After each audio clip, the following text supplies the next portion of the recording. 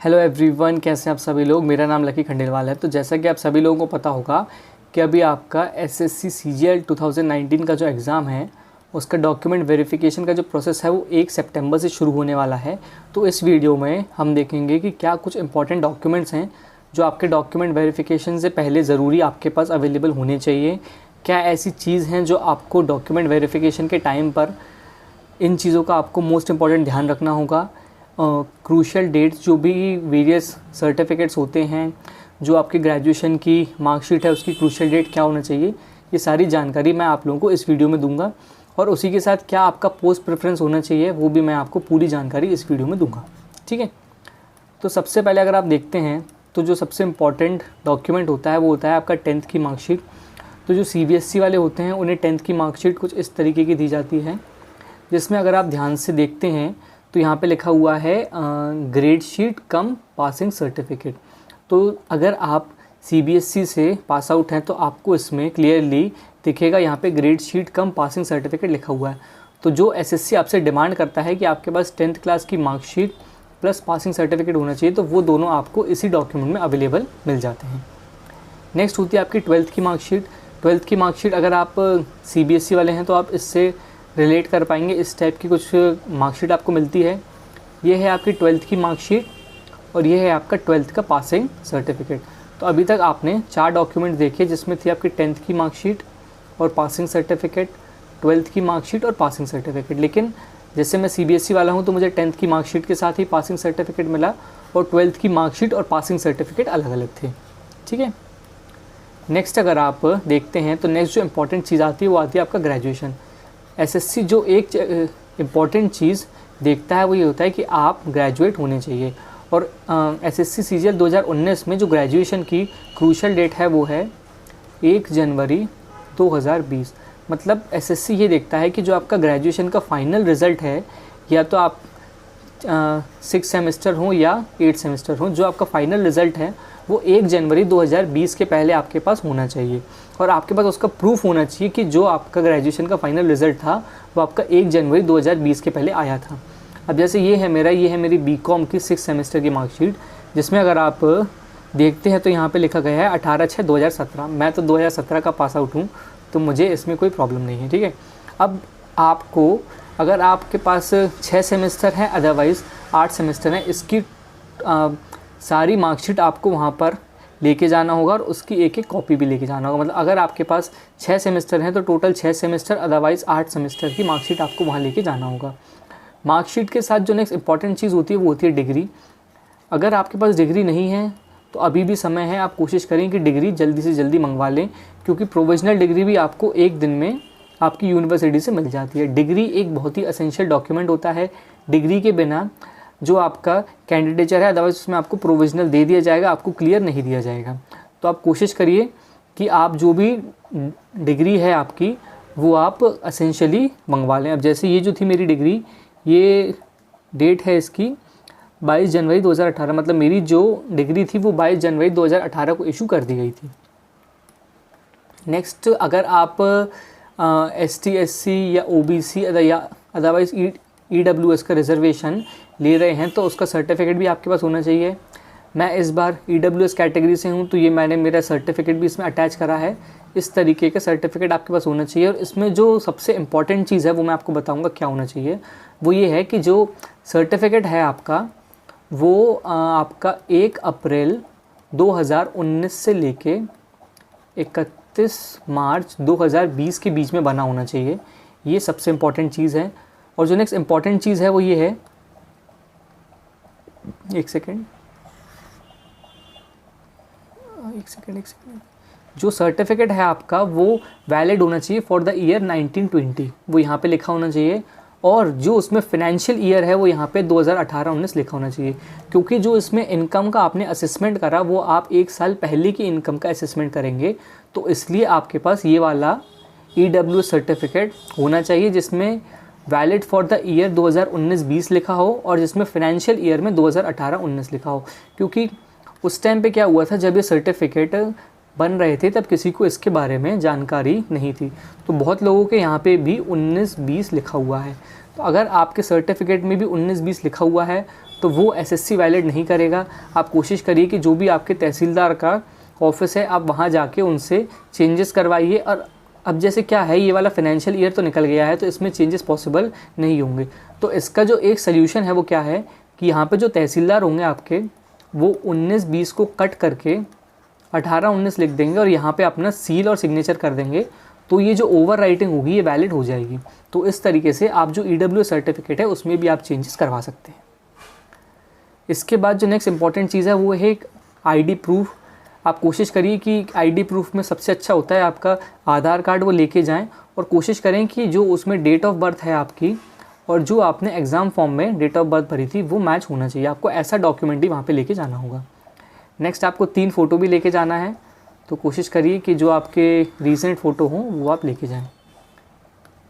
इसके बाद जो नेक्स्ट इंपॉर्टेंट चीज़ है वो ये है कि क्रूशल डेट जो OBC का सर्टिफिकेट है आपका वो है 25/11/2019।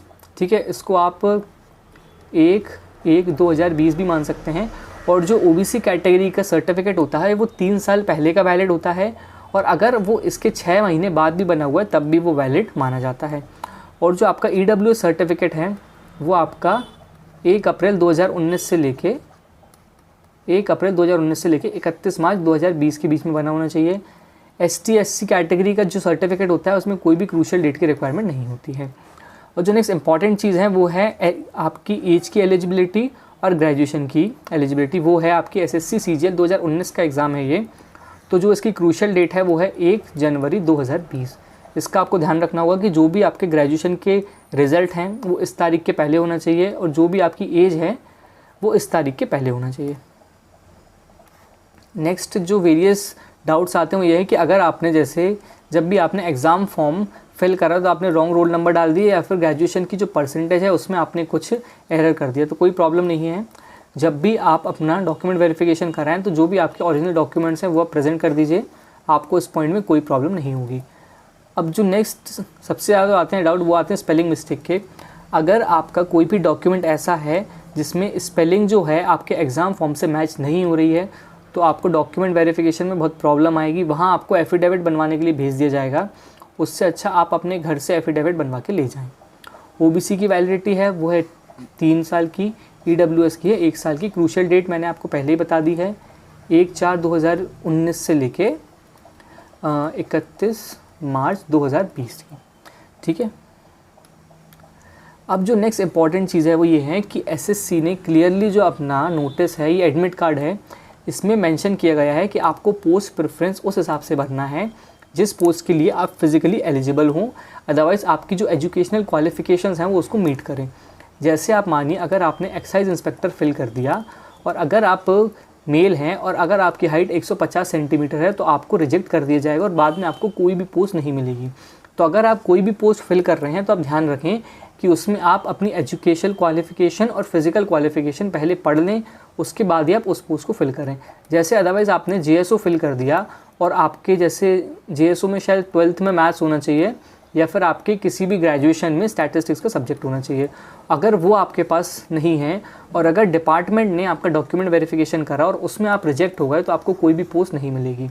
तो इसलिए आपको जो भी पोस्ट प्रेफरेंस है वो उस हिसाब से भरना होगा कि आप उस पोस्ट के लिए एलिजिबल हैं। ठीक है, ये SSC ने क्लियरली यहाँ पर मेंशन किया गया है पॉइंट नंबर 4 में। इसके अलावा जो सबसे ज़्यादा डाउट्स आ रहे थे वो आ रहे थे regarding NOC no objection certificate, जिसमें SSC ने यहाँ पर क्लियरली मेंशन किया हुआ है कि आपको NOC तभी लगाना है अगर आप एज रिलैक्सेशन के लिए सॉर्ट कर रहे हैं, मतलब अगर आपको एज रिलैक्सेशन चाहिए। लेकिन अगर आपको एज रिलैक्सेशन नहीं चाहिए तो SSC ने क्लियरली यहाँ पे लिखा हुआ है आपको नो ऑब्जेक्शन सर्टिफिकेट की ज़रूरत नहीं है। फिर भी अगर आपको डाउट लगता है तो जो आपका रीजनल हेड ऑफिस होगा वहाँ पे आप कॉल करके इस डाउट को क्लियर कर सकते हैं। नेक्स्ट अगर हम पोस्ट प्रेफरेंस पे आते हैं तो सबसे ज़्यादा डाउट पोस्ट प्रेफरेंस में उन लोगों को आता है जो कि आपके बॉर्डर पर होते हैं।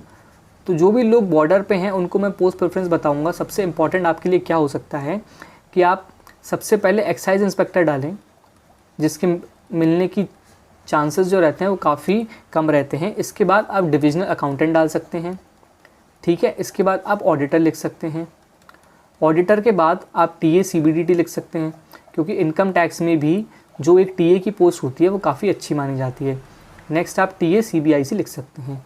इसके बाद आपको क्या करना है, जो भी ये जो 2400 ग्रेड पे की पोस्ट होती हैं, ये अपर डिविजनल क्लर्क वाली, ये आपको फिल करना होगा। ठीक है, जैसे अगर आप देखते हैं तो सबसे पहले आपने डाला डिविजनल अकाउंटेंट। डिविजनल अकाउंटेंट होता है आपका B29, तो आपने लिखा B29। उसके बाद आप डालेंगे ऑडिटर। ऑडिटर होता है आपका D34 और D37, जैसे आप यहाँ पे देख सकते हैं। ये ऑडिटर आपका D34 D37। उसके बाद ये है जूनियर अकाउंटेंट, इसको डाल सकते हैं आप। इस तरीके से जो भी आपके 2400 ग्रेड पे की पोस्ट होगी, अगर आपका स्कोर बॉर्डर पे है तो आप ये सब पोस्ट प्रेफरेंस में डाल सकते हैं। इसके पहले आपको क्या डालना है, D52 जो कि है TA CBDT और D51 जो कि TA CBIC। ये तो आपको डेफिनेटली अपने पोस्ट प्रेफरेंस में डालना ही होगा। उसके बाद जो भी ये है D39, 43, 47, 50 और 53, ये SI नार्कोटिक्स, ये इसकी कुछ फिज़िकल क्वालिफ़िकेशंस होती हैं, तो वो आप पोस्ट प्रेफरेंस में फिल करने से पहले इसको एक बार पढ़ लें। ठीक है, इसके बाद जो आपका डॉक्यूमेंट वेरिफिकेशन जब फाइनल हो जाता है तो आपको ऐसी कुछ ऑनलाइन डेटा वेरिफिकेशन की शीट दी जाती है। ये मैं आपको मेरा CGL 2018 के डॉक्यूमेंट वेरिफिकेशन का बता रहा हूँ, जिसमें आपको यहाँ पे क्लियरली जो भी आपकी डिटेल्स हैं वो मेंशन्ड होती हैं। आपने एग्ज़ाम का फॉर्म कब अप्लाई करा था वो यहाँ पे लिखा होता है, और जो आपने पोस्ट प्रेफरेंस फिल करी है वो यहाँ पे लिखी होती हैं। ठीक है, और इसी के बाद जो सबसे इम्पॉर्टेंट चीज़ आती है वो ये होती है कि जो आपका पार्ट 4 है, ये इसमें कैंडिडेट का स्टेटस क्या है। जैसे मेरा क्लियर केस था तो यहाँ पे C लिखा हुआ था। अगर आपका रिजेक्शन केस होता है तो यहाँ पे R लिखा हो सकता है, प्रोविजनल होता है तो P लिखा हो सकता है। इन सब चीज़ों का आपको ध्यान रखना होगा। ठीक है, इसके अलावा अगर कुछ भी आपको डाउट है तो वो आप नीचे कमेंट कर सकते हैं। इस वीडियो को लाइक करिए, चैनल को सब्सक्राइब करिए। Thank you very much.